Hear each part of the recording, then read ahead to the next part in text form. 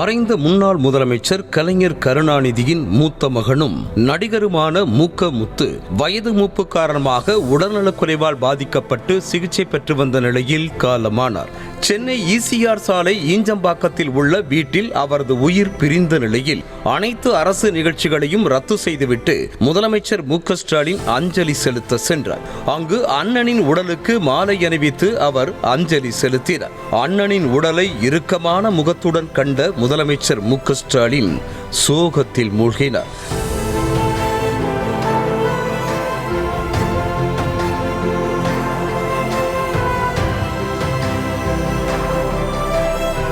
ஈஞ்சம்பாக்கம் வீட்டில் இருந்து மூக்க முத்துவின் உடல் கோபாலபுரம் இல்லத்திற்கு கொண்டு வரப்பட்டது.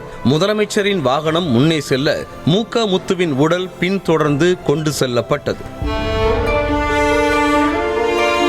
கோபாலபுரம் இல்லத்தில் வைக்கப்பட்ட அண்ணனின் உடல் அருகே இறுக்கமான முகத்துடன் அமர்ந்திருந்தார் முதலமைச்சர் மு.க. ஸ்டாலின்.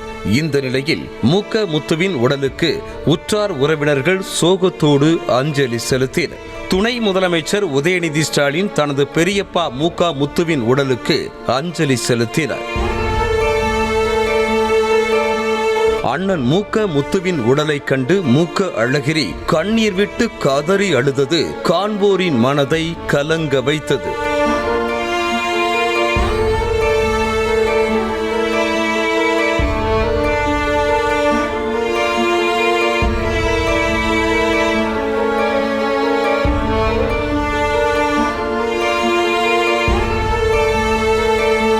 இதற்கிடையே மதுரையில் நடைபெற்ற கல்லூரி நிகழ்ச்சியில் மேடை ஏறிய எம்பி கனிமொழி அண்ணன் மூக்க முத்து உயிரிழந்த செய்தியை கேட்டு அனைவரிடமும் மன்னிப்பு கேட்டு உடனடியாக கோபாலபுரத்திற்கு புறப்பட்டார். அங்கு அண்ணனின் உடலுக்கு தங்கையான கனிமொழி மாலை அணிவித்து சோகத்துடன் அஞ்சலி செலுத்தினார்.